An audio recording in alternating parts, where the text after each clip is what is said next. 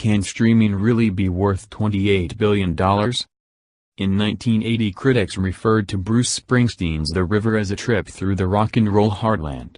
But an album-length discourse on the human condition is a relic of music's bygone era. The album is dead, and the single-song purchase is giving up the ghost. Smartphones have ushered in the age of music streaming services.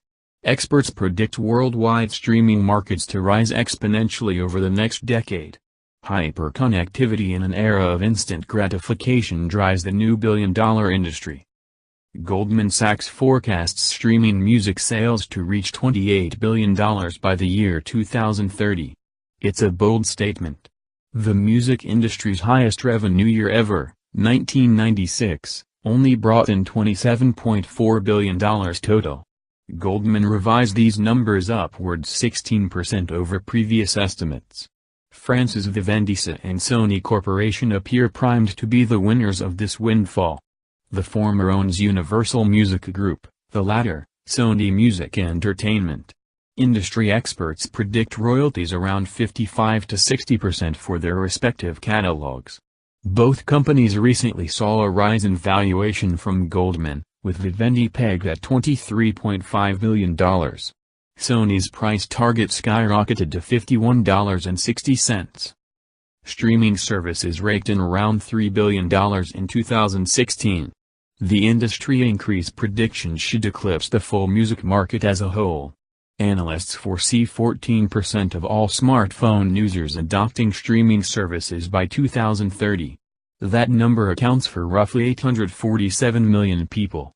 The largest of those markets are in Scandinavia, where 30% of all music sales are streaming. Goldman is basing much of its prediction on the success of Netflix here in America. The video streaming service has penetrated 50% of all homes with cable. The industry has its skeptics. Most streaming services cost about $9.99 per month. Some believe that for Goldman's predictions to become a reality, the price point may need to be halved. History shows that major record labels are averse to cutting prices. Still, others suggest more nefarious forces at work. Spotify, the world's most extensive streaming service, is seeking a listing on the New York Stock Exchange. A prediction like this would be pretty beneficial to the company that has never turned a profit. And guess who represents Spotify? Goldman Sachs. For its part, Goldman says streaming music is the next digital music revolution. In fact, they claim their estimates may be on the conservative side. Other digital technologies like smart speakers and connected cars could add as much as $8 billion to their prediction. The music industry spent a decade trying to tackle music piracy. Now Goldman says they finally have a way back to the profitability they enjoyed at the turn of the century.